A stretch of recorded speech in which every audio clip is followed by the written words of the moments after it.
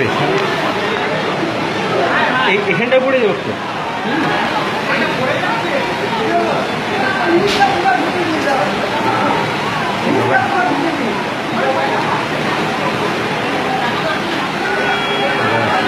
ঘরটি ঢুকছে